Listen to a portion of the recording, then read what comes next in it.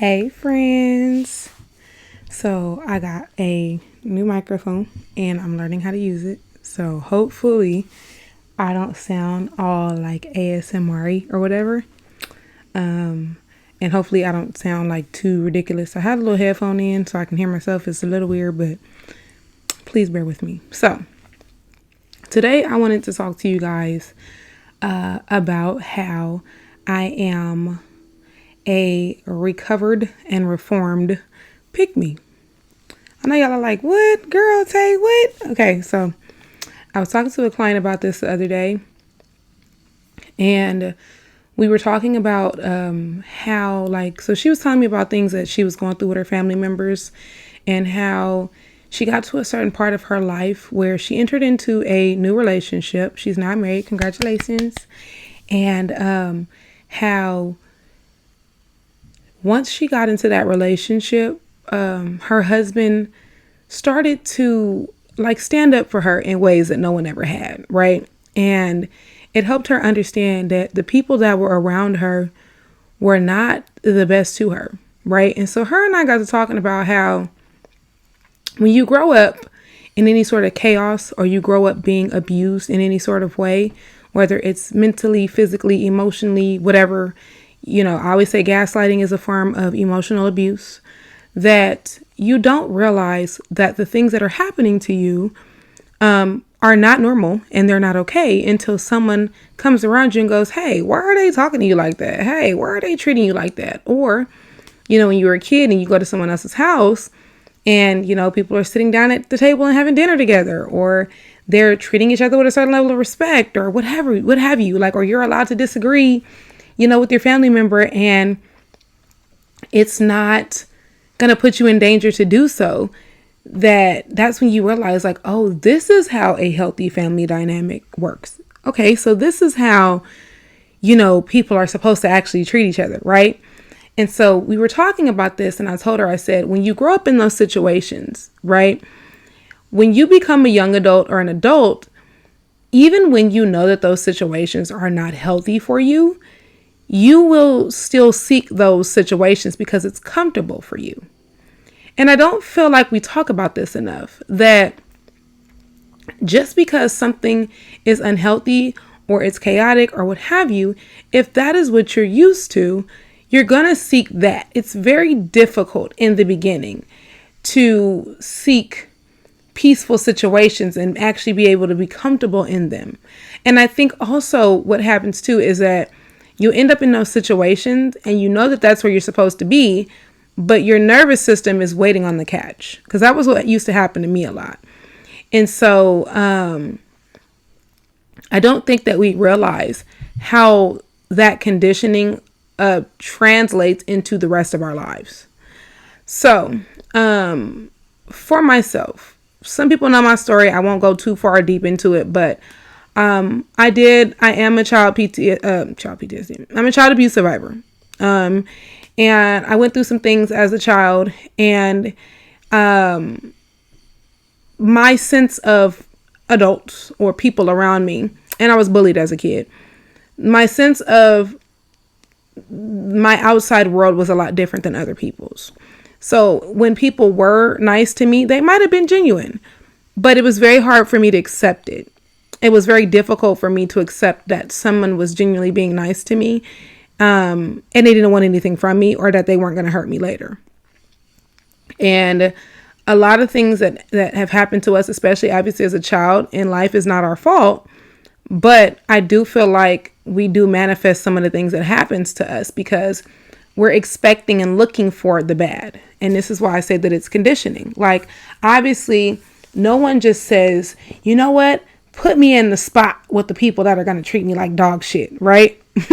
But when you end up in those situations, it's like almost watching a scary movie, right? Those of us that have anxiety, we want to know what happened already. So we tend to want to watch those movies that we've already watched because we know what's going to happen. The anxiety is no longer there, right? So when you're meeting people that act different than the people that you're used to, what happens a lot of the time is, even though it's chaotic, even though it is uncomfortable, there's this sadistic part of you that is the abused part of you is comfortable there because you know what's going to happen. You know the end to that story, right? Okay, so this also translates into our relationships, our personal relationships, right? Or even work relationships, right?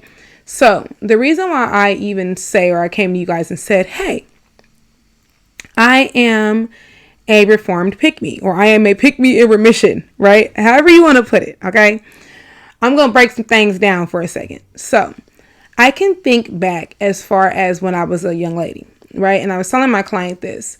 I don't think that we really think about or give ourselves enough grace as children or even understand that as a child, being liked or cared for by the adults around you, or when I say cared for, I mean like they care to even be bothered with you, right? It's literally your survival is dependent on it, right? Like it's a proven fact that obviously you need the people around you to give a damn about you for your survival, right? So when you are a child, there are certain things that you're innately going to search for, right? Like you're going to search for that nurturing. You're going to expect to be fed at a certain time. You're going to expect to be bathed at a certain time, unless these things are not happening to you, right? Some of those things are already in us. Some of those things we don't even realize you were supposed to have this and they didn't give it to you, right? And so for myself, there was an evil stepmom that I was subjected to. And in order for me to be safe, she had to be pleased or happy with me for the day, right? So my dad worked a lot, and she, for a long time, guys, she performed. Like she performed.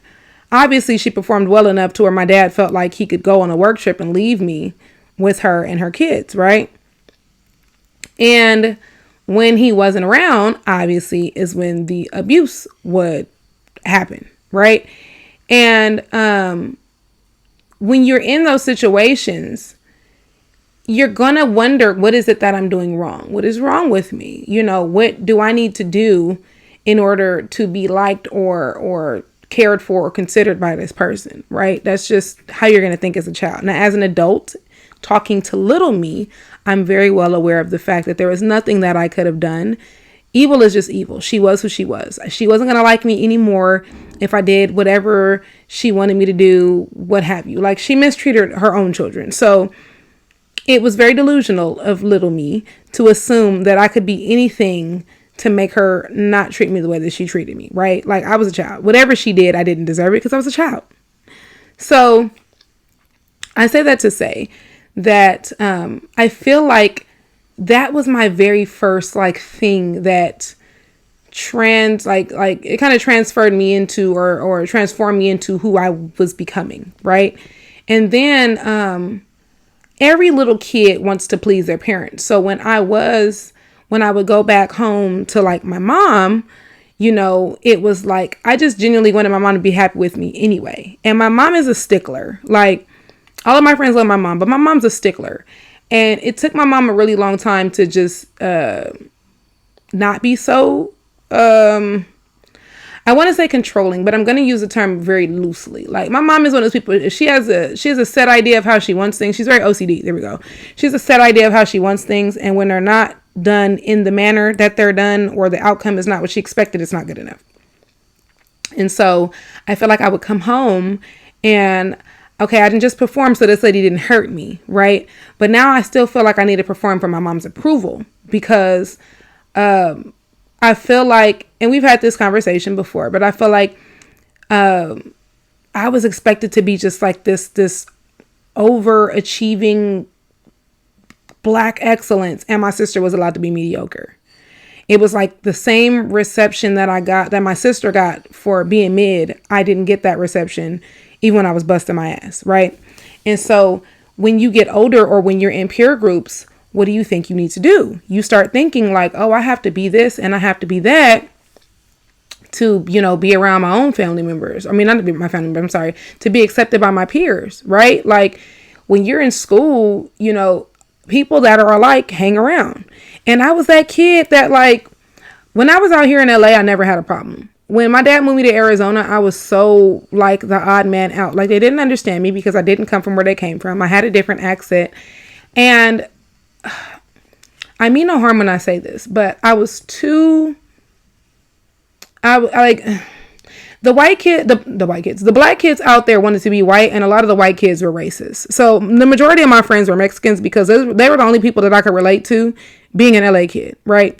So it was like, when I first moved out there, my dad had me going to school in the suburbs, and these kids didn't understand me. It wasn't until I went to a school it wasn't really hood, but it was like a happy medium that I had less problems. I still had problems, but I had less problems, and I felt a little more understood there, right? And so also another thing that I went through was, I was the kid growing up where, like, for instance, like, to go back to my mom and my sister, my little sister looks just like my mom. And my mom would tell my little sister all the time how pretty she was, right? Or my mom would be like, oh, she's like talking about me. She's my smart girl, and Shayna's my pretty girl. And I don't think my mom meant any harm, because we talked about it later, but I don't think at the time she could understand what that did to me. And so I grew up not feeling good enough. I grew up not feeling pretty enough.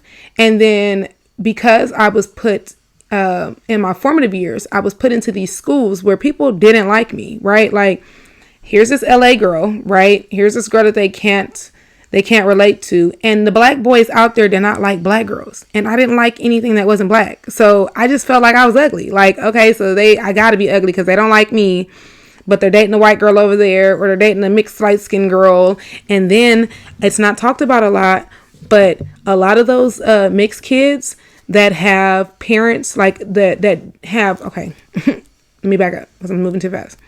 A lot of the mixed kids with black dads don't like black women. I'll just put it like that. And their mothers don't want them dating black girls. So I had a friend, I'll never forget. I had a friend, and literally I used to just braid his hair. Like, I wasn't allowed to have boyfriends anyway. But when his mom felt like we were getting too cool, we had to meet. And it wasn't like, oh, that's the girl that braids your hair. Oh, let me say hi to her. Whatever. No. No.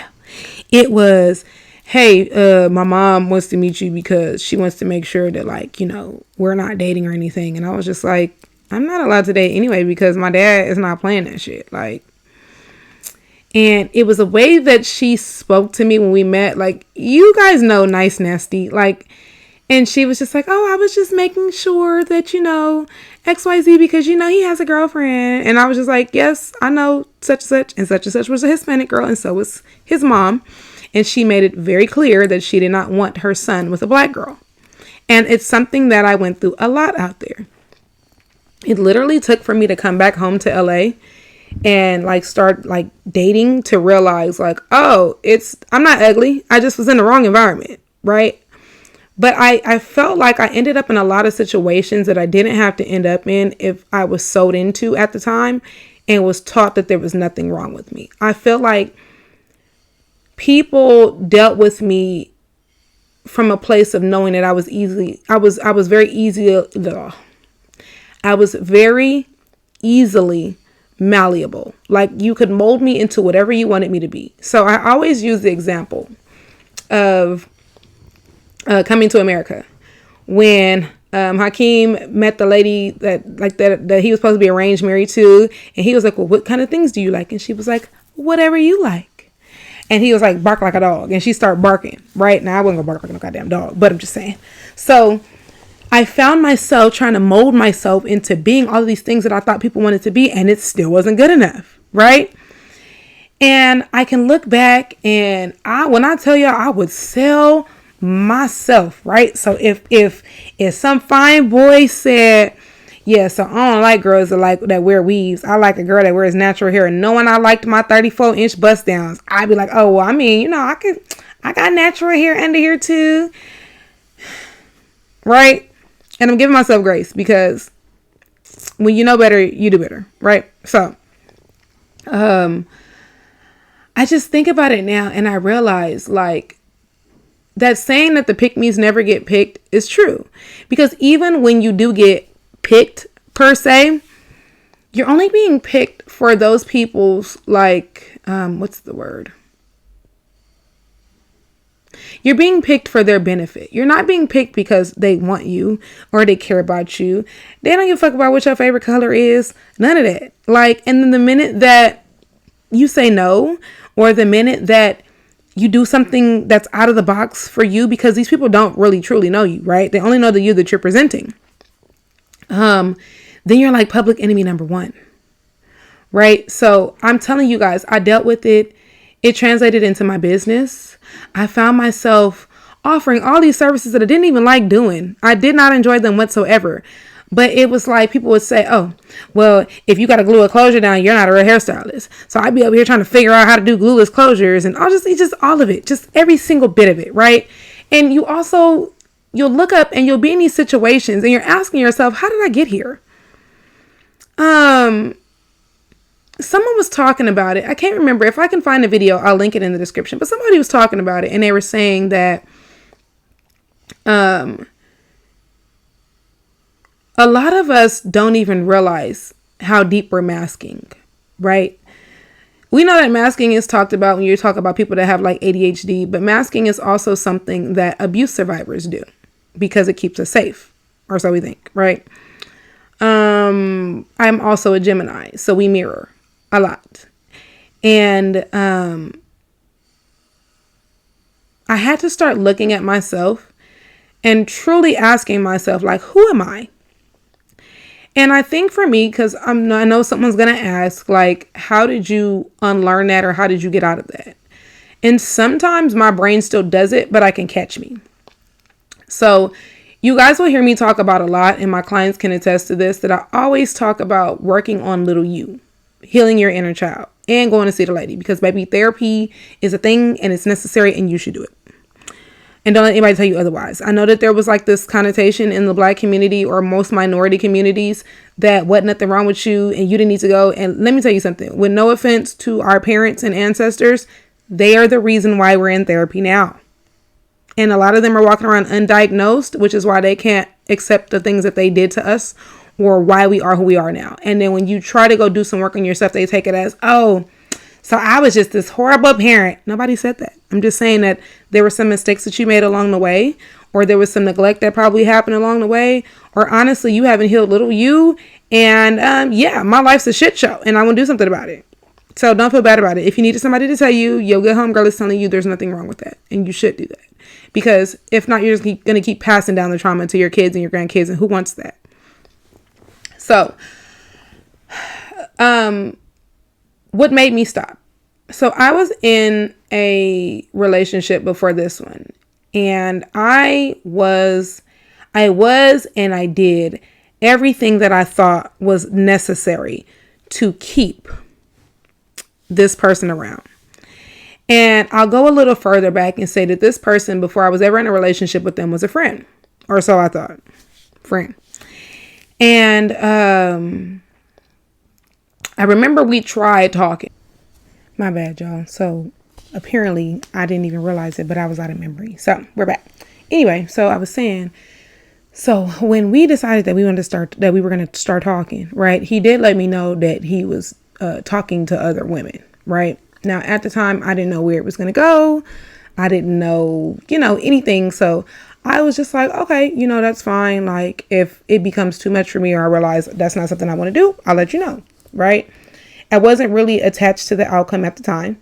And what I was expecting and what I was getting was two different things. And I'm just like, you know what? I'll stay your friend. This doesn't really work for me, right?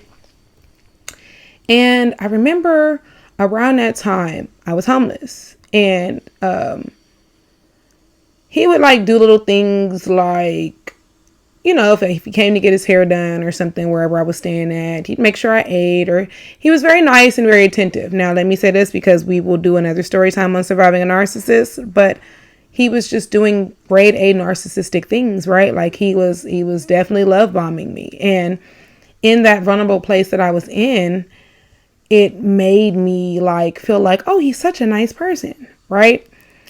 And I'll never forget, I think at the time we stopped talking because it came out that he had a baby on the way. And we had a mutual friend that did pass away. But at the time, he thought that it would be funny to send the baby shower invitation around. And I didn't realize it at the time, but of course my feelings were hurt. And so I remember hitting him up like, oh, congratulations. Whoop. I'm a Gemini, I'm very passive aggressive. I don't just jump off the porch and get to tripping, right? But he's like, oh, what are you talking about? And he tried to lie about it, right? And it really hurt my feelings. And there was a part of me that started that spiral of, why am I not good enough? You know, why are these things always happening to me? I was that girl that even when I did get a boyfriend when I was younger, they always cheated on me or whatever, right? And so I started to feel sorry for myself. And I was just like, why am I going through this and that? And why do I always go through these things? And yada, yada, yada, yada, yada. Now, as an adult, I understand, because I've had this conversation with my daughter, that a lot of people, I was attracted to their looks. I wasn't really attracted to who they were as a person, right? And so obviously life went on, you know, so many years went by. I had my own life. He had his own. We didn't talk to each other. And then one day he pops up out of nowhere. And I was single at the time.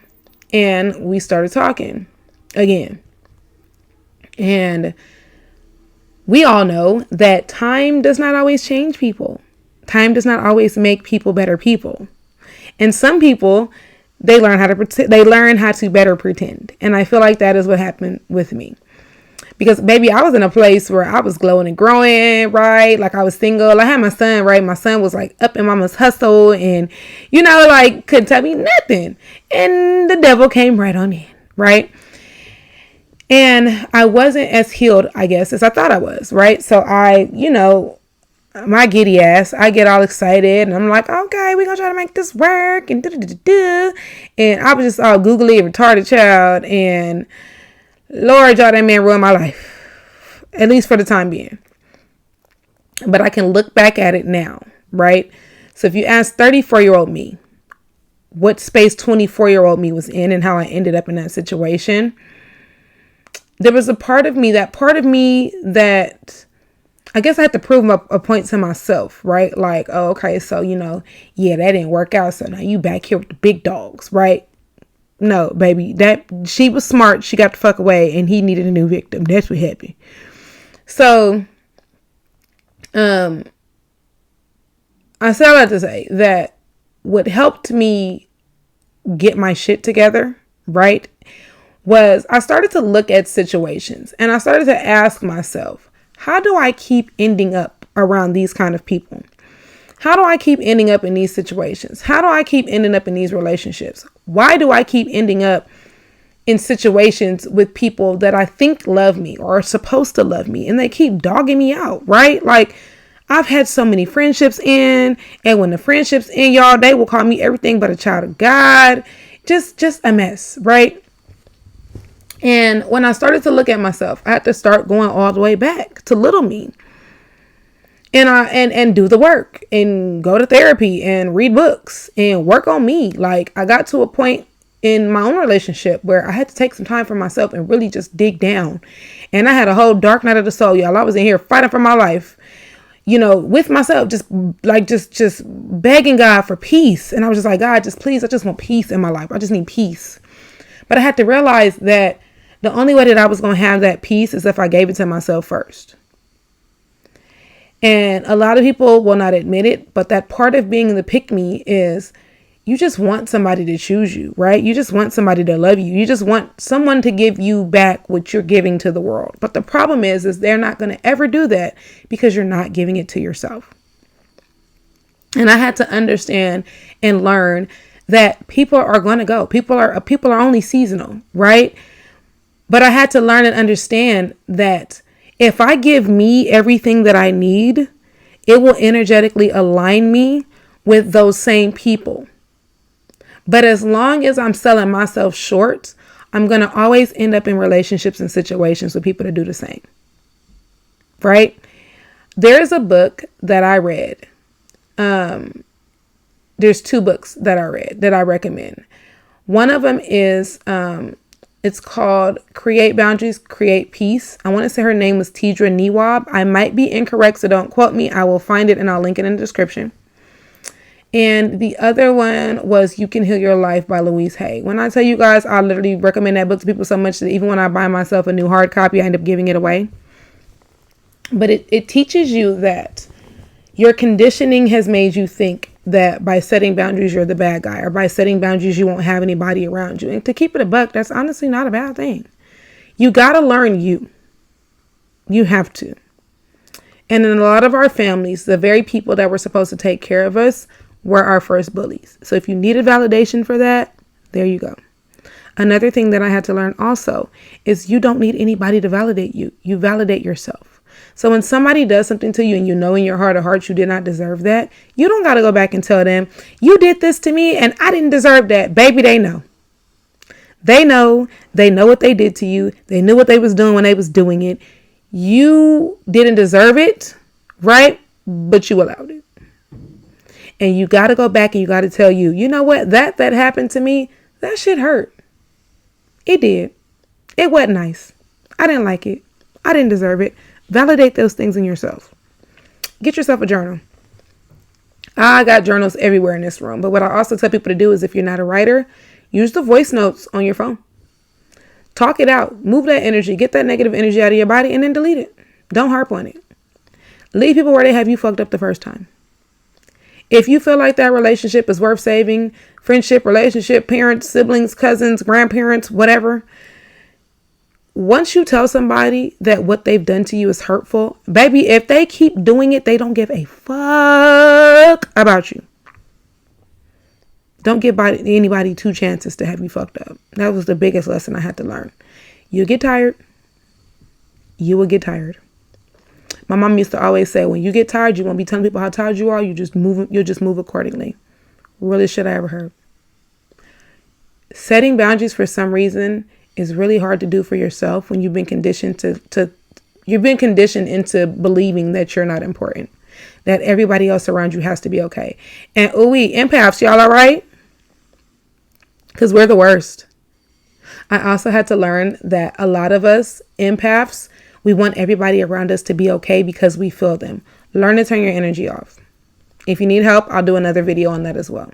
But you got to start telling yourself that what other people got going on is not your problem. I said it in another video. Literally every time something that happens around me has nothing to do with me, or I know I did not cause something that's happening around me, I literally just start hearing that song. That's just not my problem. You got to start singing that to yourself. Seriously. I don't know who this was meant for. I know I said this at the end of every video, but I hope that my prayer for you is that the healing in the space that I'm in now, that you will feel the same. I pray that you finally feel heard. I pray that you feel understood.